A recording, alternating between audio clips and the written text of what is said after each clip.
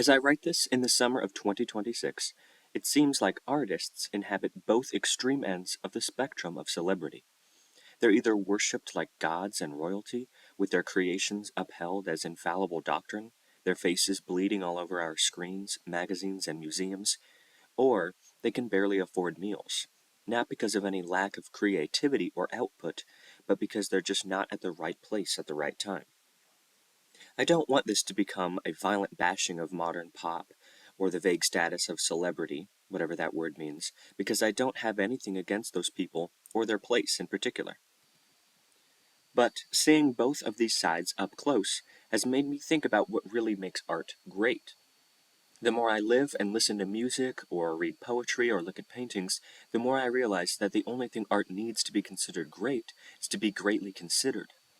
In fact, that's why I started this series, to give some of my own ideas and work attention and a platform. This kind of bounces off the idea that art recommends its own standard of good and bad, or taking it even a step further, there is no standard of good or bad in art at all. Art exists, and if a large group of people relate to it, they find unity, and the art finds platform. I am not saying that art can't be powerful. Just look at a painting by John Martin, or a sculpture by Ruth Asawa. I'm just saying there's not some mysterious and powerful source found in famous art which causes it to skyrocket and be more famous than whatever's happening in your local museums or concert halls. It might just be because of a platform, a means which exposes a piece or a song or a sculpture to everyone. Sometimes those local museums and concert halls might have the most beautiful and meaningful art you've ever seen in your life. There may not be something for everyone, but there could be something that means everything to someone. So let's stop pretending that famous art is somehow better than the art being created in your backyard just because its platform is a little higher and the glass case around it is a little thicker. I once heard a music professor say that nobody would care about the Beatles' 1967 album Sgt. Pepper's Lonely Hearts Club Band if it was released by Quicksilver Messenger Service or any other band without the immense fame as the Beatles. Exact same music at the exact same place at the exact same time. I'm not trying to put the Beatles or any of their albums down. I'm not even saying that famous musicians have it easier, or that their music is less meaningful somehow. I'm just saying that Quicksilver Messenger Service albums are just as meaningful as Sgt. Pepper's. The album you've never heard of is just as meaningful as the most famous album you can think of. The only difference is the amount of consideration it has. Exposure produces consideration, which produces reputation.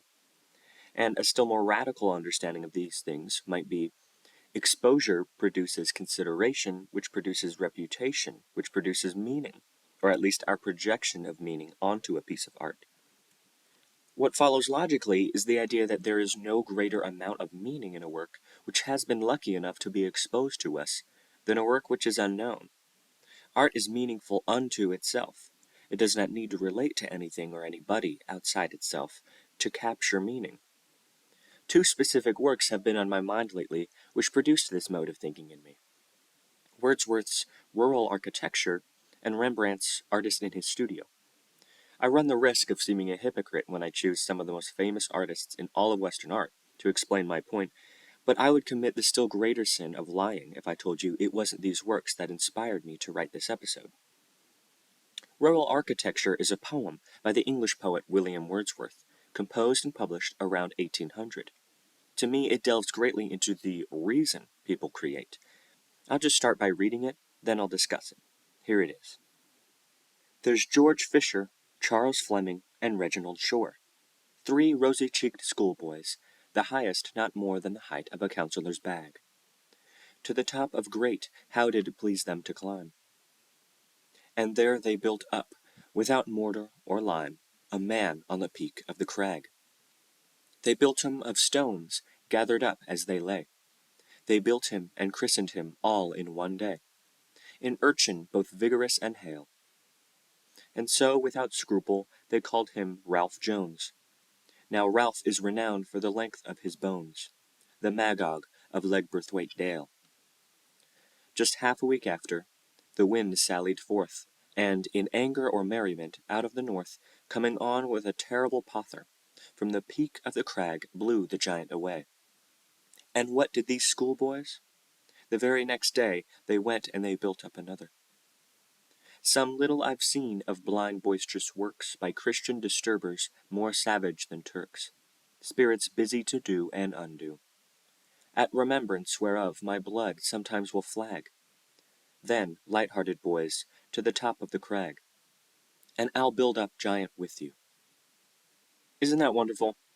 The opening introduces the reader to a group of small boys and the event of their creating a man of stone. Wordsworth describes a great climb, but one which the boys traversed gladly, at the height of which they build their friend, whom they named Ralph Jones. The remarkable part of this poem is that it uses destruction to reveal the justifications of creating something. What is the essence of a work, but whatever is missing in its absence? He tells us that the wind blew down the sculpture, and what did the boys do? The very next day they built themselves another, which calls to the mind of the poet works by other artists throughout history, but not in a very positive light. He calls the work of past artists blind and boisterous, even calling the artists savage. People who busy themselves only with doing and undoing. Wordsworth implies here that artists have a distorted and perhaps even violent reason for creating art, which he doesn't see from the boys when they create their sculpture.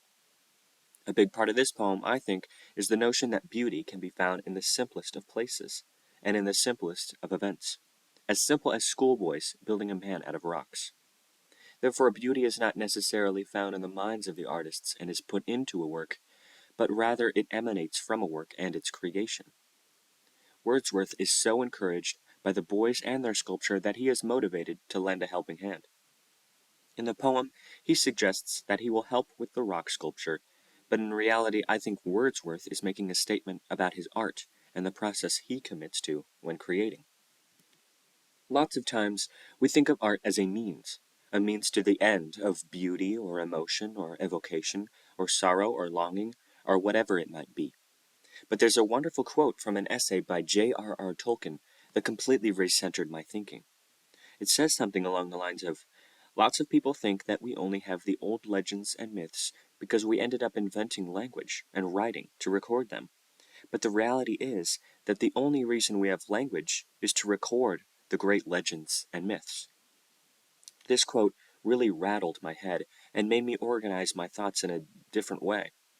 What if the only reason we have abstract ideas like beauty or evocation is to achieve the end of art? Art is not a means to an end, but an end in itself, an event. Art is what happens when you hear an amazing piece, or read an amazing poem, or see an amazing painting.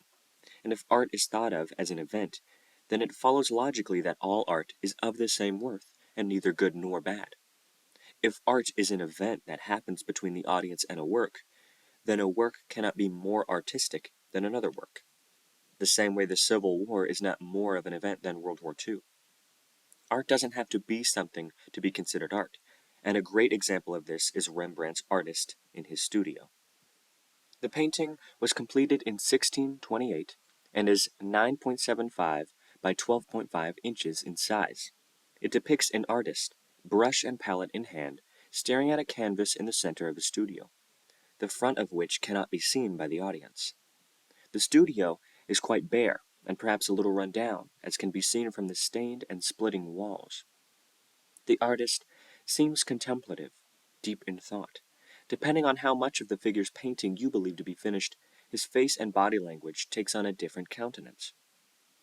If the canvas is blank, you might understand him as being intimidated, like a traveler gazing out into the far unknown before him, a feeling which any artist can tell you is incredibly frightening, and one which makes you feel all alone. If his painting is somewhere around halfway done, he may be taking a pause, building context around what he's already completed, or thinking through the different ways the potential can combine with the complete. If he has finished completely, he is evaluating his work, maybe comparing it to other works in his catalog, maybe comparing it to all other works he knows. The painting, like your observation of it, morphs and flows like a living thing. You see different things when you think different things when you see different things. The first exposure I had of this painting was in a class on Rubens and Rembrandt, and the professor, Brett Rothstein, insisted on using it to illustrate the long genealogy of what could be called postmodernist thought in the visual arts. Postmodern thought here being defined as Jackson Pollock does when he says, "Postmodernism is when the artist doesn't have to look outside himself for inspiration. This painting is about itself. The subject is art.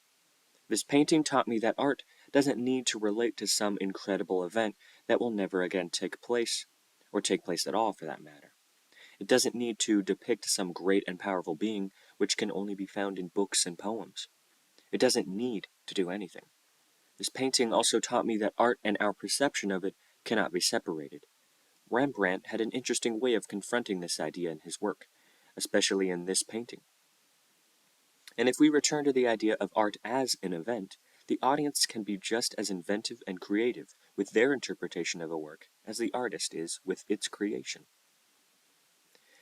Even if I were to say this whole painting is about the artist on the left-hand side of the painting wondering where he put his iPhone, would that be wrong in the same way that lying and theft would be wrong?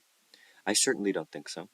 After all, if art is an event that happens when an audience meets a subject, then a historically informed interpretation of a work would be no more of an event than a wildly imaginative interpretation, or no interpretation at all for that matter.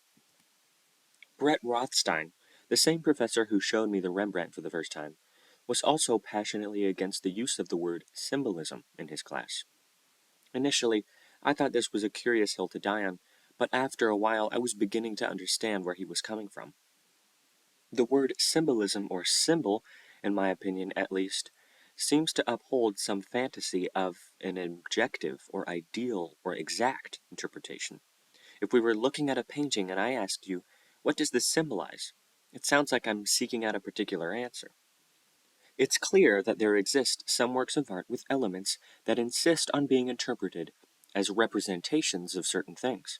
Perhaps the most famous example of this, in classical music at least, is Antonio Vivaldi's Four Seasons. This great piece includes very specific instructions for the players to imitate aspects of thunder, lightning, ice, animals, among other things. Spring, for instance, calls for the violist to imitate a barking dog on their instrument. This is a crystal clear case of symbolism, where one or more characteristic of the work are to be understood, recreated, and interpreted as representations of something outside of the work. Even though the work was written by Vivaldi, his construction of spring, in all of its symbolism, does not somehow reign supreme over our interpretation of spring as symbolic or anything else. The construction of a work can certainly inform one's interpretation, but it need not dictate it. I'm not quite saying that no element of symbolism can ever coincide with thinking of art as an event.